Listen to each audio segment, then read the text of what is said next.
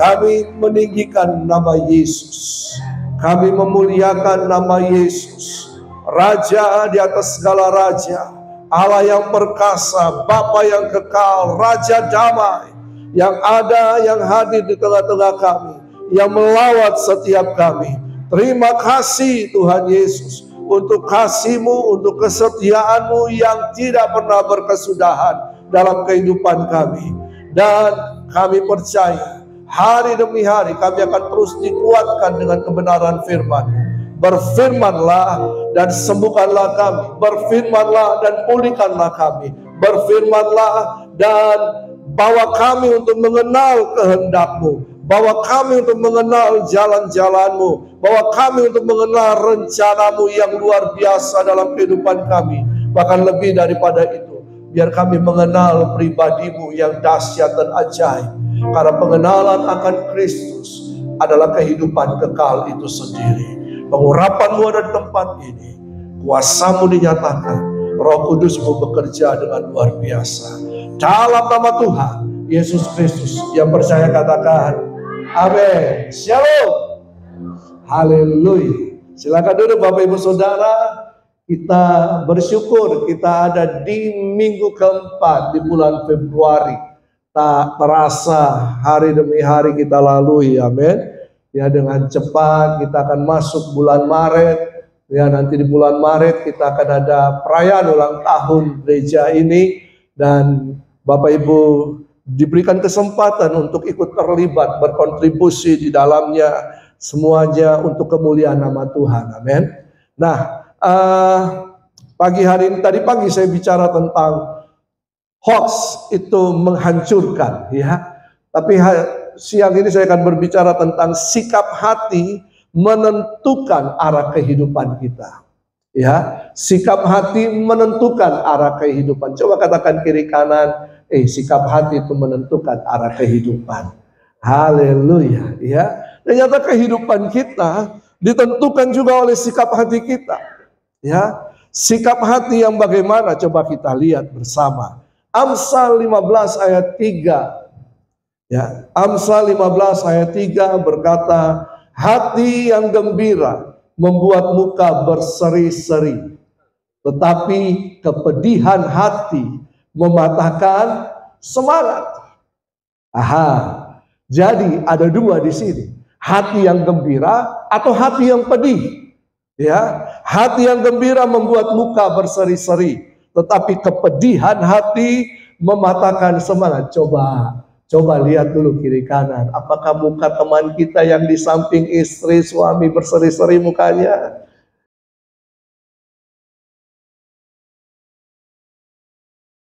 Haleluya. Ya, kalau dia berseri-seri dia pocok-pocok. Ya, kayak saya. Haleluya. Nah, hati yang gembira menurut Amsal 15 ayat 15. Hari orang berkesusahan buruk semuanya. Orang yang berkesusahan hati itu hari-harinya pasti dinikmati dengan rasa atau hal-hal yang buruk. Semuanya buruk dalam anggapannya. Tetapi orang yang gembira hatinya, apa? Selalu berpesta. Haleluya. Beri tepuk tangan bagi Allah kita. Saya dengar kesaksian dari Cita, ya. Ya, pokoknya kalau dalam masalah pencobaan, pokoknya kita bergembira, kita pesta, mujizat terjadi. Amin. Ini hati yang gembira, hatinya akan selalu berpesta, apalagi kalau dia traktir kita. Ya, haleluya, luar biasa. Ya, hati yang gembira. Nah, ciri-ciri hati yang gembira, dia merasa bahagia dan puas dengan hidupnya. Ya, tidak pernah suka mengeluh, berkekurangan, ya, mengeluh ke sana kemari, tapi dia bahagia. Bahagia itu sederhana, Bapak Ibu. Katakan, bahagia itu sederhana. Nikmati hidup kita. Betul kan? Ada kopi pahit, minumlah. Kalau tidak suka kopi pahit, taruh gula sedikit. Betul kan? Yang menentukan bahagia itu adalah kita sendiri, bukan orang lain. Bahagia itu sederhana. puas dengan hidup kita. Artinya selalu bersyukur pada Tuhan dengan apa yang ada. Ya, kalau ada kelebihan, puji Tuhan. Kalau ada kekurangan, berdoa sama Tuhan. Bersyukur, nikmati hidupmu. Orang yang hatinya bergembira itu merasa memiliki tujuan dan makna hidup. Ya, dia tahu tujuan, dia tahu makna hidupnya. Dan kita sebagai warga kerajaan Allah, kita punya tujuan. Amin. Apa tujuan? Kita adalah pelaksana kehendak Tuhan di muka bumi ini. Karena itu kita berbahagia. Tidak ada yang amin. Kita berbahagia karena Tuhan pilih kita. Amin. Sebagai pelaksana kehendak Tuhan di muka bumi ini. Kita bahagia. Kita punya makna hidup. Apa makna atau tagline daripada Roh? We help you to fulfill your destiny. Ya, kami membantu menolong Anda untuk menemukan tujuan hidup Anda, masa depan Anda. Orang yang gembira hatinya itu dekat dengan Tuhan. Kita dekat dengan Tuhan. Hati yang gembira. Ya, walaupun apapun yang terjadi, kalau Bapak Ibu Saudara dekat dengan Tuhan, hati akan terus bersukacita. Sukacita dari Tuhan itulah kekuatan kita. Hati yang gembira merasa nyaman dengan dirinya sendiri. Dia bisa menerima dirinya, apapun keadaannya, walaupun ada jerawat, ya, walaupun ya alisnya agak miring sedikit, dia sukacita. Terima dengan apa dirinya dan dengan keadaan sekitarnya. Orang yang hatinya gembira merasa memiliki energi dan semangat untuk melakukan aktivitas. Dia memiliki rasa syukur dan mengapresiasi kehidupannya. Bahwa Tuhan sudah memberikan hidup. Hidup harus diusahakan supaya tetap hidup dan menjadi berkat bagi banyak orang. Amin. Nah, lalu orang yang punya hati yang gembira, tidak ada ganjalan dengan orang lain. Damai, peace. Berdamai dengan orang, tidak suka simpan dendam, amarah, jengkel, kebencian, damai. Ya, itu yang begitu-begitu itu ganjalan Bapak Ibu. Kita tidak akan bisa menikmati kehidupan kita. Nah, coba kita lihat lagi. Tadi kita lihat hati yang gembira. Sekarang kita lihat kepedihan hati. Amsal 15 ayat 13 dalam terjemahan MILT. Hati yang gembira itu membuat wajah berseri. Tetapi dalam luka hati, ada semangat yang patah.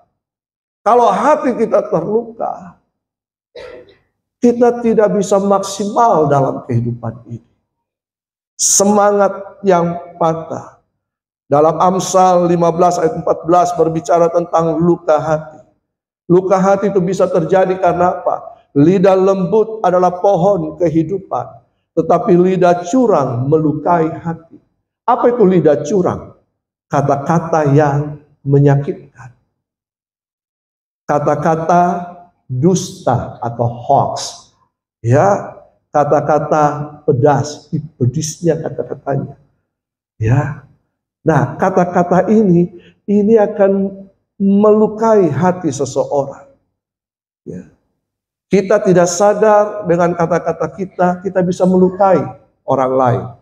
Ya, tapi juga kita bisa terluka karena orang lain. Nah, dalam dunia ini saling melukai itu dianggap sebagai persoalan yang biasa. Dan kayaknya bahagia kalau bisa melukai orang lain. Ya. Nah, padahal akibat daripada luka hati, semangat patah. Ciri-ciri orang yang sedang dilanda kepedihan hati. Merasa sedih, kecewa, marah, frustasi, ya, jauh dari Tuhan. Oh ya, bisa saja luka hati membuat kita jauh dari Tuhan karena kecewa. Kecewa dengan apa? Kecewa kok kok seperti ini? Tuhan tidak baik. Ya, kita kecewa kepada manusia, pada akhirnya kita kecewa kepada Tuhan. Orang yang dilanda kepedihan hati karena semangat dia patah, kehidupannya tidak bermakna, dan dia kehilangan tujuan kehidupan. Orang yang dilanda kepedihan hati itu merasa terpisah dengan dirinya. Dia tidak bisa menerima dirinya, bahkan dari dunia sekitarnya. Kadang-kadang dia menjauh, ya. Dia tidak mau berkumpul. Tapi juga ada orang yang berseri-seri, hatinya pedih. Betul apa betul? Ya, mukanya berseri, pasang topeng, tapi dia punya luka hati yang dalam. Kekecewaan. Orang yang dilanda kepedihan hati, dia tidak akan memiliki energi dan semangat untuk melakukan aktivitas. Percuma, untuk apa saya lakukan ini? Tidak ada untungnya. Malah saya disakiti, malah saya ditolak. Percuma, tidak ada ketentraman, tidak ada damai dalam hidupnya. Oleh karena itu, jaga hatimu, jaga hati kita. Saya harus jaga hati saya sendiri. Bukan Tuhan yang jaga hati kita. Kita sendiri yang jaga hati kita. Ya, hati itu ibarat porselin. Hati itu ibarat kaca, mudah pecah, mudah rapuh. Kita yang jaga, jangan suruh orang lain jaga hati kita. Ya, kita sendiri yang harus jaga. Makanya Amsal 4 ayat 23 berkata, jagalah hatimu. Apa? Jagalah hatimu. Bukan dikatakan jagalah hatiku. Jagalah hatimu dengan segala kewaspadaan. Waspada, waspada. Karena serangan-serangan sakit hati yang akan melukai hati kita itu banyak. Kita sendiri yang harus jaga. Banyak sumber yang bisa membuat kita terluka. Salah satu, kata-kata. Ya. Karena dari situlah terpancar kehidupan. Kenapa kita harus jaga hati? Karena dari dalam hati memancar keluar. Orang bisa sembunyi sakit hatinya. Tapi ekspresi, kata-kata, tindakan itu keluar untuk menyatakannya. Amin. Nah, kenapa kita harus jaga? Dengan cara apa? Kenapa? Amsal 4 ayat 23. Ini sama ayatnya, tapi berbeda terjemahannya. Ya, jagalah hatimu baik. Sebab hatimu menentukan jalan hidupmu. Hatimu menentukan jalan hidupmu. Kemana kita akan melangkah, kita akan pergi, apakah kita akan sampai pada tujuan atau tidak? Hatiku, hatimu. Di antara hatiku, hatimu terbentang apa? Gunung yang tinggi. Gunung apa itu? Gunung sakit hati, kebencian, banyak hal. Maka kita jaga, jangan sampai arah kehidupan kita melenceng. Makanya tahun ini Roh mengambil tema The Year of Preparation. Yang awalnya harus kita siapkan apa? Hati kita. Ketika hati kita siap, Tuhan akan melawat kita. Amin. Ketika hati siap, kita akan mengerjakan perkara-perkara yang ajaib. Ketika hati kita siap, mujizat akan terjadi. Amsal 4 ayat 23 dalam terjemahan TSI. Jagalah hatimu dengan waspada, karena hati menentukan segala pilihan hidupmu. Hati menentukan pilihan hidup kita. Ya, ada orang karena kecewa dengan pasangannya, akhirnya dia memilih untuk berpisah. Firman Tuhan katakan, perceraian tidak boleh, betul kan? Akan merusak. Tapi kan itu pilihan hidup. Kalau begitu, apakah Pak Pendeta bisa menghalangi perceraian? Tergantung orangnya. Kita memberikan nasihat, kita memberikan masukan, betul kan? Sesuai dengan kebenaran firman Tuhan. Tapi orang yang melakukannya, yang mengalaminya, yang memilih. Sama banyak hal, kasus-kasus. Ya, itu menentukan pilihan hidup kita. Kita mau jadi baikkah, atau kita tetap memelihara sakit hati kita, dan kemudian kita akan jauh dari Tuhan. Ada banyak contoh dalam Alkitab ya tentang masalah hati ini. Contoh yang pertama adalah Kain dan Habel. Tadi dalam Suara Gembala, Pak Arifin singgung Kain dan Habel. Ya, saya belum nonton, belum lihat Suara Gembala. Tapi dari pagi, Kain marah sama Habel. Kenapa Kain marah? Karena persembahannya tidak diterima oleh Tuhan. Kata firman Tuhan. Cerita itu ya. Jadi ceritanya adalah persembahan Kain itu asapnya naik lurus. Habel naik lurus. Persembahan Kain menurut guru sekolah minggu ya berputar-putar. Iya. Seharusnya Kain yang harus koreksi diri, betul kan? Seharusnya Kain tidak marah sama Habel. Karena Kain mempersembahkan dari hasil pekerjaannya. Habel juga. Seharusnya Kain tidak boleh iri sama Habel. Dia harus bicara dengan dirinya. Kenapa ya? Oh, masalahnya di sini. Tanya Tuhan, minta ampun, selesai. Tapi Kain membiarkan hatinya dikuasai oleh amarah, kata firman Tuhan. Makanya Kejadian 4 ayat 6 sampai 7, firman Tuhan kepada Kain. Mengapa hatimu panas dan mukamu muram? Orang yang panas hati pasti muram mukanya.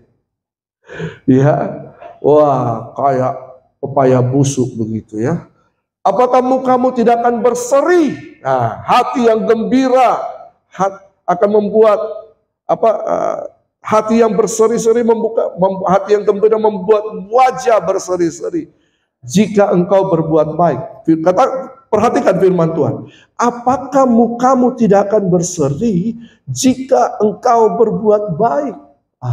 Ternyata berbuat baik itu salah satu perwujudan hati yang gembira, betul kan? Tetapi jika engkau tidak berbuat baik, lihat, dosa sudah mengintip. Tapi ini pilihan. Kain membiarkan hatinya tetap marah, iri, dan akhirnya dia membunuh Habel. Tapi di sisi Habel, tadi Pak Arifin sudah katakan, darah Habel menuntut kepada Tuhan. Kita bacakan dalam minggu-minggu ini, kalau ditampar pipi kiri, kasih apa? Kasih dah? Atau kasih palungku lagi? Ya, tampar pipi kiri, kasih pipi kanan. Kalau sudah habis pipi kanan, ya, tapi jangan seperti ini pendeta ini pendeta. Dia khotbah. Oh, firman Tuhan katakan, kasihlah musuhmu. Kalau dia tampar pipi kiri, kasih pipi kanan. Tiba-tiba ada seorang anak muda naik ke atas mimbar. Dia tampar pipinya Pak Pendeta. Pak Pendeta diam jemaat. Tapi Pak Pendeta bilang, kanan lagi. Dia kasih kanan. Oke. Pak Pendeta terus khotbah. Setelah itu doa penutup, biasanya kan ada jabat-jabat tangan di belakang. Pak Pendeta langsung turun ke belakang, jabat-jabat tangan. Pas giliran ini anak muda, dia ketemu Pak Pendeta langsung kasih uppercut. Kenapa demikian? Ya, karena siapa yang menabur pasti menuai. Jangan begitu Bapak Ibu, ya. Jangan begitu, ya. Nah, coba lihat ini. Harusnya walaupun sudah mati, darah Habel tetap mengadu kepada Tuhan, menuntut. Harusnya lepaskan pengampunan. Kita sudah diajar dalam bulan ini, bahkan 2 bulan ini untuk apa? Melepaskan pengampunan. Ini Kain dan Habel. Lalu yang kedua, kita dengar cerita dalam Alkitab, anak sulung dan anak bungsu. Ada marah dan tuntutan. Ya, anak bungsu yang telah menghabiskan harta ayahnya, dia pergi berpesta pora, bahkan terakhir dia terpuruk habis hartanya, dan kalau mau makan saja makanan babi, dia harus berjuang, bahkan tidak dikasih. Luar biasa. Setelah itu mungkin dia habis, dia jadi penjaga babi, dia mau makan saja makanan ampas babi itu, tidak dikasih juga. Akhirnya dia teringat. Tapi sekarang harga babi mahal ya. Ya, dia teringat di rumah bapakku. Luar biasa. Dia kembali. Dia bertobat. Dan bapaknya merayakan. Dari jauh dia lihat anak bungsunya. Anak bungsu itu kayaknya malu-malu mau ketemu bapaknya. Tapi bapaknya selalu menunggu di depan pintu rumah, menantikan anak bungsu ini kembali. Lalu apa yang terjadi? Ketika sang bapak ini melihat anaknya, dia yang berlari menemui anak itu. Betul? Bukan anak itu yang berlari, dia yang berlari. Sang bapak menghampiri. Bapak tidak pernah membuang anaknya. Kasih bapak itu luar biasa. Makanya kita nyanyi takkan habis kasih setia Tuhan. Kalau toh kita berbuat dosa, kita terpuruk, tangan Bapa tetap terbuka, menantikan kita. Dia tidak pernah membuang kita. Amin. Justru kemudian ketika dia bertemu anaknya, dia perintahkan hamba-hambanya, pakaikan jubah, pakaikan cincin, pakaikan kasut, dikembalikan semuanya, dipulihkan. Dan kemudian satu rumah bersuka cita karena anak yang hilang ini, yang dianggap hilang ini telah kembali ke rumah Bapa. Dia bertobat. Tapi kemudian yang sulung pulang dari ladang. Apa yang terjadi? Dari kejauhan dia dengar ada pesta, ada bunyi musik-musik. Lalu kemudian dia kaget, ada apa ini? Kok saya tidak tahu? Dia panggil hambanya. Dia bilang, kenapa? Hambanya berkata, adikmu yang hilang telah kembali. Tuhan adakan pesta yang luar biasa. Dia telah menyembeli anak lembu tambun. Ya, pokoknya pesta. Anak yang sulung ini marah, kecewa dengan bapaknya. Lalu kemudian bapaknya datang, dia protes. Bapak, oh Bapak, seumur hidup saya telah bekerja dengan Bapak, tapi saya tidak pernah menikmati 1 ekor kambing pun. Bapak tidak pernah berikan kepada saya. Kadang-kadang yang lebih dulu protes kepada yang kemudian. Dianggap Allah tidak adil. Tapi ternyata ini karena sikap hati. Sikap hatinya, dia protes, dia mengeluh, dia marah, dia menuntut kepada Bapa. Bapa tidak adil. Ya, keadilan itu bukan menurut kita manusia. Keadilan itu dari sudut pandang Allah. Apa yang mungkin kita anggap tidak adil, tapi mungkin adil bagi Tuhan. Amin. Seringkali kita menempatkan pandangan keadilan kita untuk menggantikan sudut pandang Tuhan.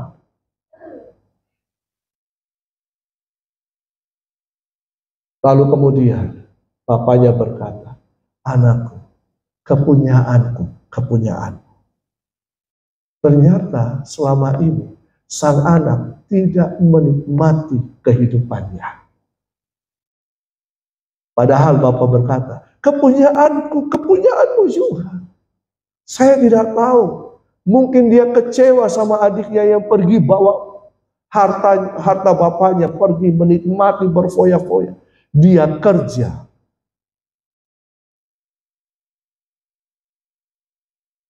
Sikap hati.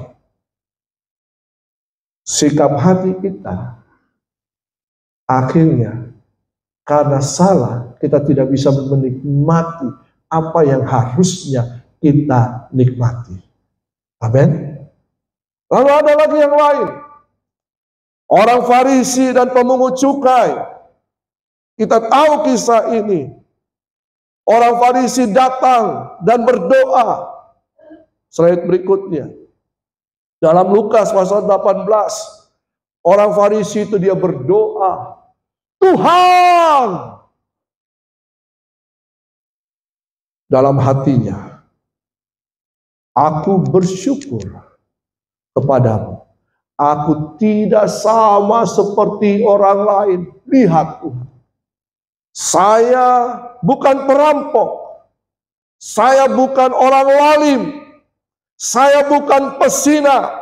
Saya juga bukan seperti pemungut cukai itu.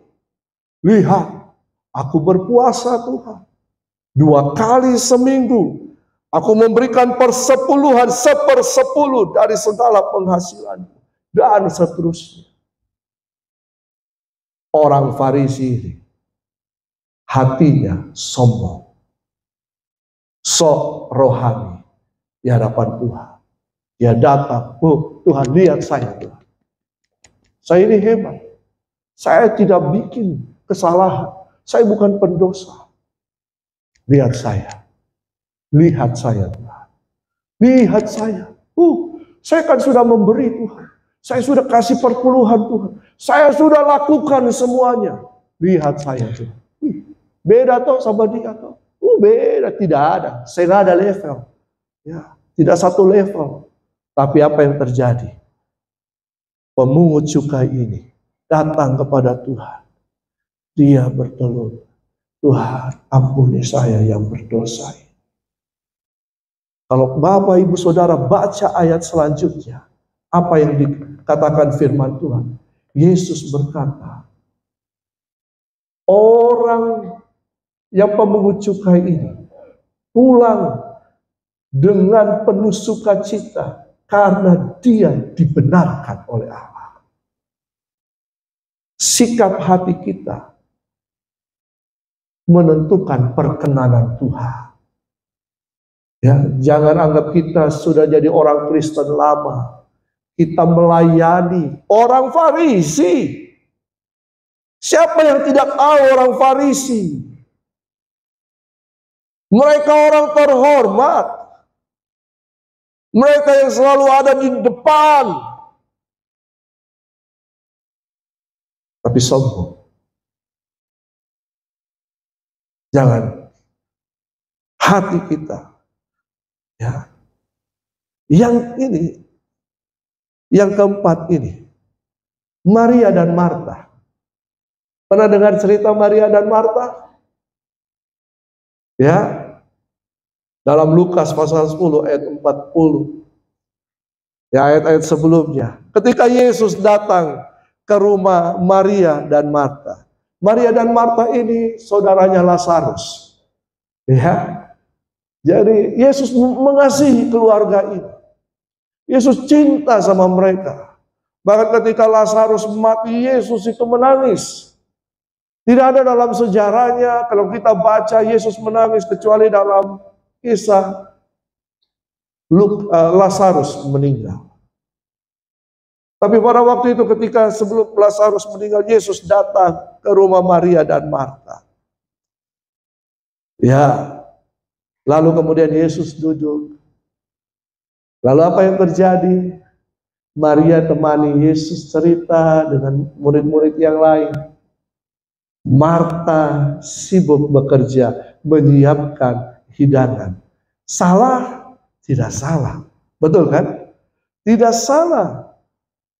Tapi kemudian yang terjadi, ketika dalam kesibukannya Marta ini melihat, Kok ini saudaraku satu ini tidak bantu saya?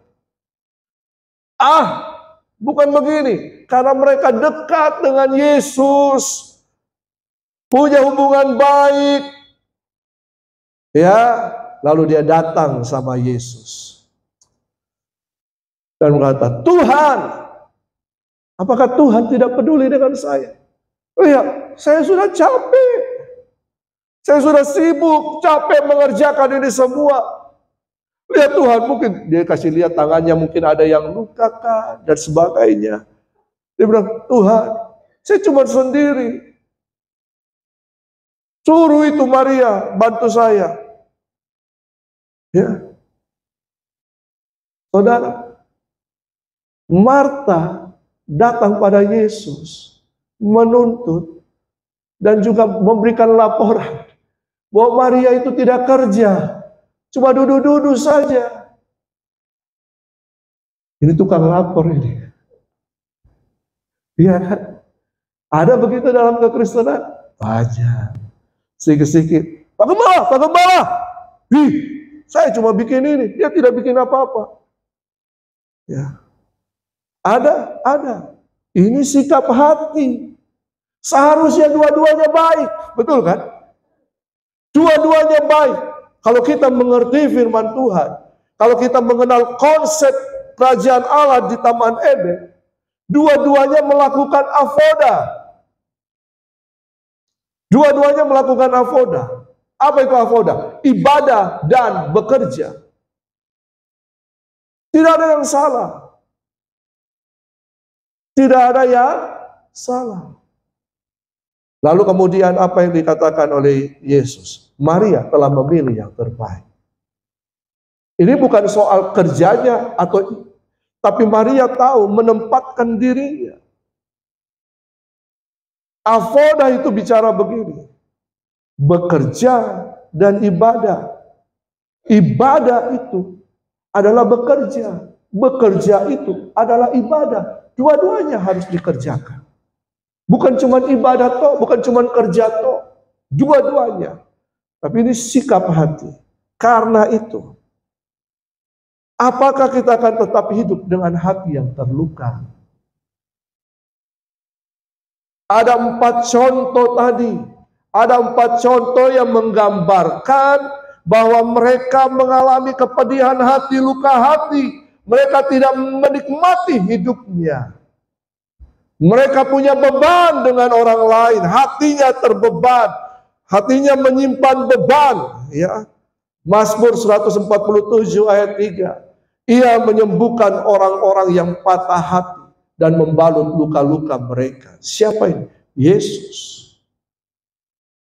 Kasih dari surga memenuhi tempat ini. Kasih dari Bapa surgawi, kasih dari Yesus mengalir di hatiku, membuat damai di hidupku. Mengalir kasih dari tempat tinggi, mengalir kasih dari Allah Bapa, mengalir dan mengalir, mengalir dan mengalir, mengalir memenuhi hidupku. Kasih Allah selalu tersedia. Ketika hati kita patah, hati kita luka, kasih Allah selalu tersedia. Jangan tinggal dengan hati yang terluka, datang pada Tuhan.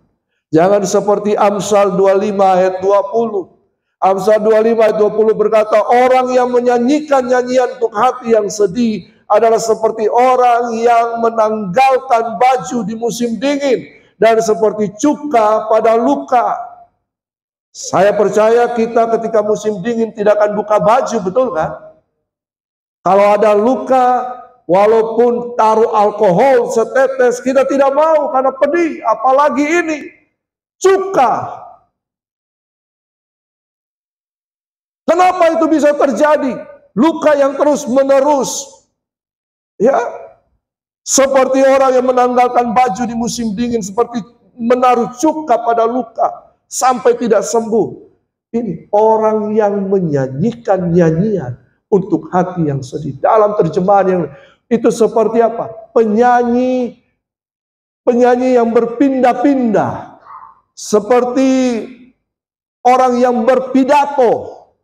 Jadi seperti seorang penyanyi yang dia konser di sini, lalu dia pindah konser di tempat lain, lalu kemudian dia konser tempat lain. Seperti seorang yang berpidato, yang menyampaikan isi hatinya. Itu dia. Artinya apa? Ada orang yang suka mengumbar sakit hatinya. Dia cerita kepada si A, dia cerita kepada si B, dia cerita kepada si C. Akhirnya lukanya tidak pernah sembuh. Betul kan? Lalu kemudian orang yang dia ceritai itu, dia tambah-tambahi kesambalan. Dia taruh cuka, dia tambah kompor lagi. Akhirnya bukan sembuh, semakin luka, semakin luka, semakin luka. Malah sampai busuk, jadi borok. Pilih mana? Ketika kita mengalami luka hati, datang pada Tuhan dan biarkan kasih Kristus membebat kehidupan kita, atau kita kesana kemari menceritakan sakit hati kita. Pilih mana?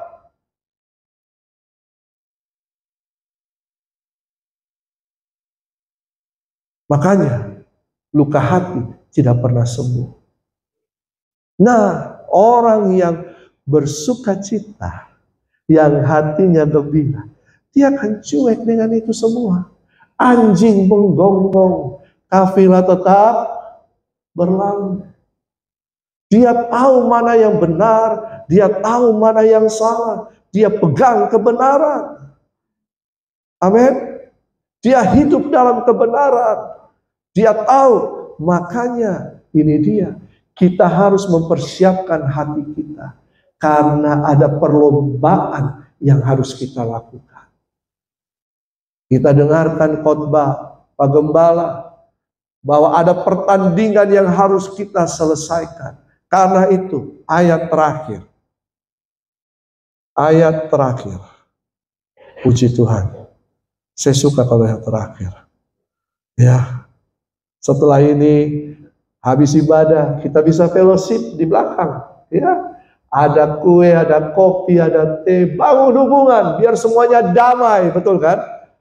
Semuanya baik adanya, saling cerita, lebih baik kita ketawa-ketawa daripada baku marah, betul kan? Ya, mari kita selesaikan di belakang.